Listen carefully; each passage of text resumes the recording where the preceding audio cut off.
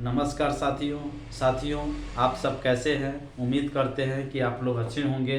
दोस्तों, आप सभी को प्रजापति हेल्थ केयर में स्वागत है। मैं हूं आपका दोस्त डॉक्टर सौनिक पंडित, मरवन प्रखंड, मुजफ्फरपुर, बिहार। सबसे पहले उन तमाम सभी ग्रामीण चिकित्सकों को मेरा नमस्कार, मेरा प्रणाम।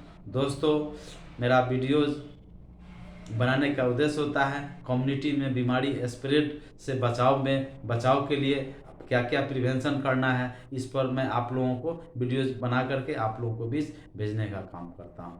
और कुछ हमारे ग्रामीण चिकित्सक साथी हैं जो काफ़ी लंबा समय से प्रैक्टिस कर रहे हैं, उनके लिए भी यह काफ़ी महत्वपूर्ण हो जाता है। भाई, ऐसे भी बहुत सारे हमारे ग्रामीण चिकित्सक हैं जो 20 साल 30 साल का अपना अनुभव है और वो अपना इलाज करते हैं, काफ़ी ज्ञानवान हैं, काफ़ी अनुभवी हैं।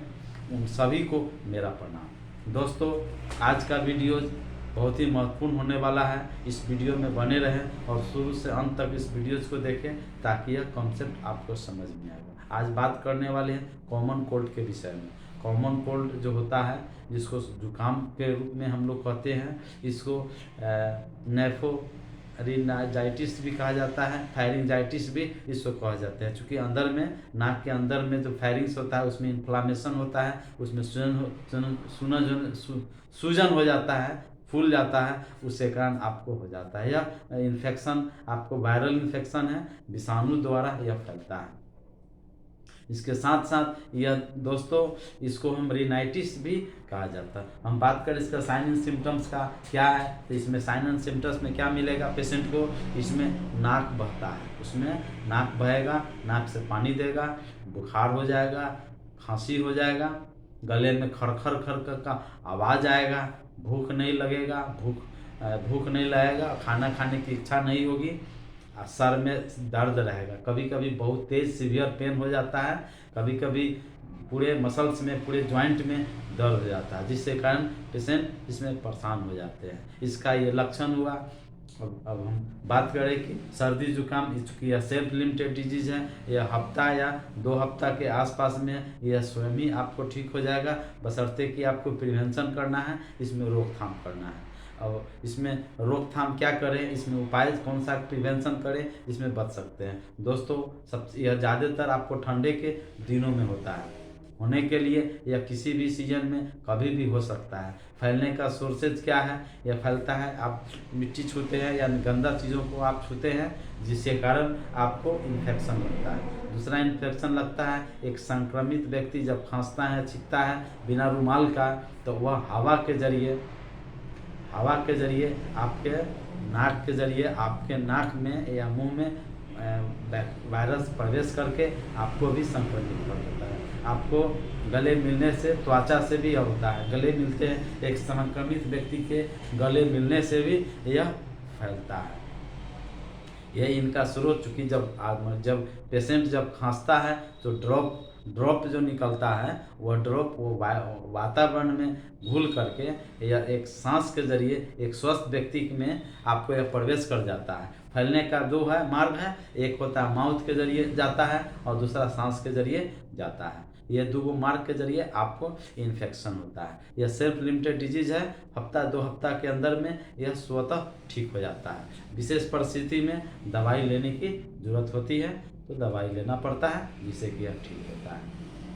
इसमें अवॉइड क्या करना है, आप डेयरी का आइटम मत लीजिए, आप ठंडे सामानों का इस्तेमाल मत कीजिए, ठंडे सामान नहीं खाइए, कोल्ड ड्रिंक्स ये सब आप मत लीजिए, है ना। आप सुसुम पानी को गलगला करना है ना, गलगला कीजिए। इसके साथ साथ आप चाय, हर्बल चाय आप पी सकते हैं। आप दूध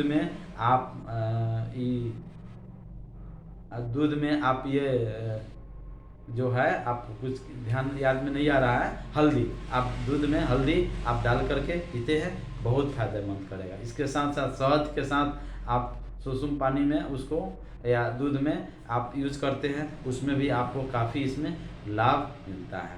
यह दूसरा बात है, अगर आपका सर्दी जुकाम आपको 2 हफ्ता से अधिक अगर रह जाता है तो यह बैक्टीरियल इन्फेक्शन में कन्वर्ट हो जाता है। तो बैक्टीरियल इन्फेक्शन में जब कन्वर्ट हो जाएगा फिर आपको एंटीबायोटिक खाना पड़ेगा, एंटीबायोटिक के ज़रिए आपका ठीक हो जाएगा। तो डॉक्टर का अपना अपना ट्रीटमेंट का लाइनअप होता है, अपना अपना दवाई का अपना ये आपका डोज होता है और अपने हिसाब से लोग दवाई चलाते हैं, तो जिसमें कि आपका ठीक हो जाता है। इसमें कभी कभी इंजेक्शन लेने का भी नौबत आ जाता है। ज़्यादातर देखते हैं ठंडे के दिनों में बच्चे इसमें ज़्यादा परेशान होते हैं, क्योंकि बच्चों में इम्यूनिटी पावर कम होता है, प्रतिरोधक क्षमता कम होता है, इसलिए बच्चे इसमें ज़्यादा ग्रसित हो जाते हैं। भारत में लगभग प्रत्येक साल करोड़ों की संख्या में या उससे अधिक संख्या में लोग ये सर्दी जुकाम से लोग ग्रसित होते हैं।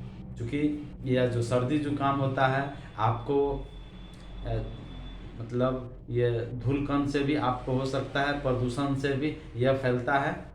एलर्जी अगर आपको है तो एलर्जी से भी आपको यह हो जाता है। इसमें दोस्तों किसी किसी को सांस लेने में भी तकलीफ होने लगता है, तो उसमें क्या होता है, दवाई के रूप में बात करें तो उसमें आप सिट्रीजिन ले सकते हैं, लिवोसिट्रीजिन है उसको आप ले सकते हैं एंटी एलर्जी।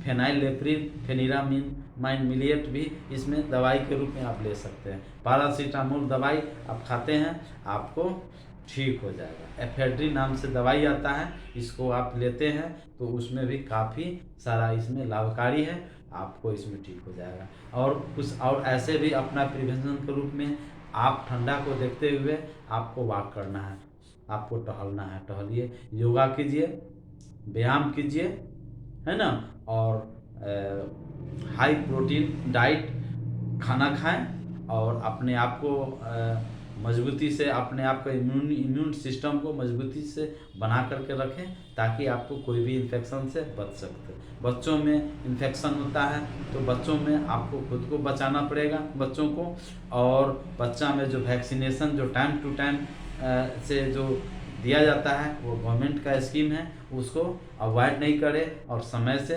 टीकाकरण कराएं, जिससे कि बच्चों में होने वाले बीमारियों से बचा जा सकता है।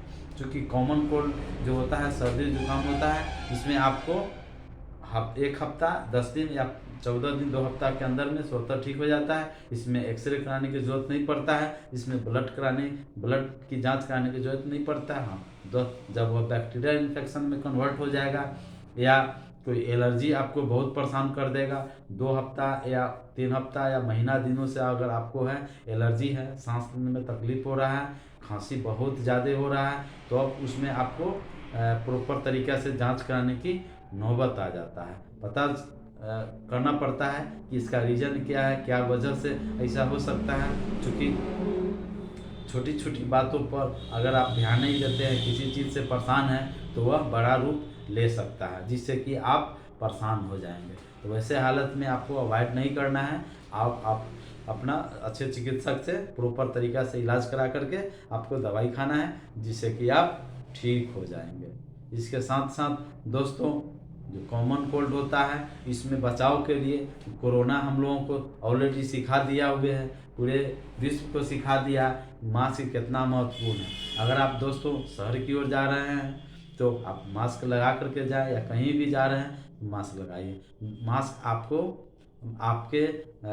आपको शरीर को प्रोटेक्ट करता है, आपको सुरक्षा करता है। जानते हैं कि प्रदूषण कितना सारा हो गया है अपने मुजफ्फरपुर में, बिहार में काफ़ी प्रदूषण है। उस प्रदूषण से आपको सांस का जो बीमारी होता है उससे आप बच सकते हैं। इसलिए आप सभी से मेरा निवेदन है कि आप लोग या हम सभी लोग मिल करके मास्क को आप लगाते हैं तो उससे आपको बचाव आपको मिलेगा, संक्रमण से आप बच सकते हैं। कहीं भी शहर में जाइए, आप मास्क लगाते हैं तो आपके लिए बहुत फायदेमंद होगा।